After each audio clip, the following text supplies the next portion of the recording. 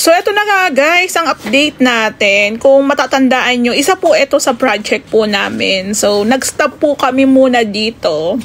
Nagkaroon kami ng konting pahinga. Then, pinapatuloy na pa konti-konti. So, meron kasi dito si ma'am na gusto niya yung pintura sa pinto is medyo dark. So, yun ang mga concern. Then, naitutuloy na po paunti-unti. Actually, wala namang problema sa may-ari. Kumbaga, nag-stop lang po muna kami. Ayan po. So, kung mapapansin nyo, medyo makalat dahil nag-retouch. Yung mga pinto nga po is pinapadark ng konti. Then, nung mga nakaraang araw o buwan, umuulan. So, napansin namin may mga leaks dito. So, ayan yung ating mga pintura na gagamitin po sa mga pinto. Ayan, yung pinto natin dito. Yung hidden door natin na trending yan dati na nabash ako ng bonggang-bongga. Pero, ayan no. In-sprayan po natin yung ating pinto. Gusto kasi na may-ari medyo dark. Pero ito po, kikintab pa yan Kikintab pa siya. So, ayan, kay ma'am, tsaka kay sir, shout out po. Unti-untiin namin, ma'am, sir, tapusin, then ilagay po yung mga accessories na kulang pa. Okay lang din kasi gusto na rin po namin tong ma-vlog ng buo. Ayan, carry lang po. So kung may mga kulang, pwede naman pong gawa ng paraan. So dito po sa kitchen, malit lang ang kitchen pero tingnan nyo naman, basta pag nagawa ng maayos, bongga yan. Meron din tayong fluted panel sa ilalim ng ating bar counter. Lalagyan pa po ito ng parang tambol sa taas po ng ating bar counter. Tapos yung ilalim na lang po ng cabinet. Ayan, yung taas, okay na po to. Lalagyan na lang po ito ng mga handles. Yung ating cabinet po is made siya sa marine woods. Ayan po. So, yung ibang mga accessories naman naka-install na.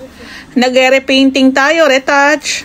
Kaso ang problema dito kay ma'am, naputulan sila ng tubig gawa ng hindi nabayaran. Pero okay lang kasi hindi pa naman natitirahan. Ipapa-reconnect na lang po siguro yon. Yung bathroom natin, okay na rin po ito. Ayan po. So, syempre kasama po sa pag-retouch is paglilinis. Syempre naalikabukan na rin po siya So, once na tinirahan na to ng may-ari, pwede naman po nilang ipa-reconnect yung tubig. So, okay lang din kasi ilang buwan din siya natenga. So, sayang din naman yung 250 pesos sa babayaran mo monthly na hindi mo naman nagagamit yung tubig mo. So, ang ganda. Halos kami na rin po ang nag-design neto. Nagtatanong lang po kami sa may-ari kung ano yung mga kulay ng tiles, kulay ng PVC, mga pintura. At the same time, yung ating mga accessories. Ayan, yung mga pinturin.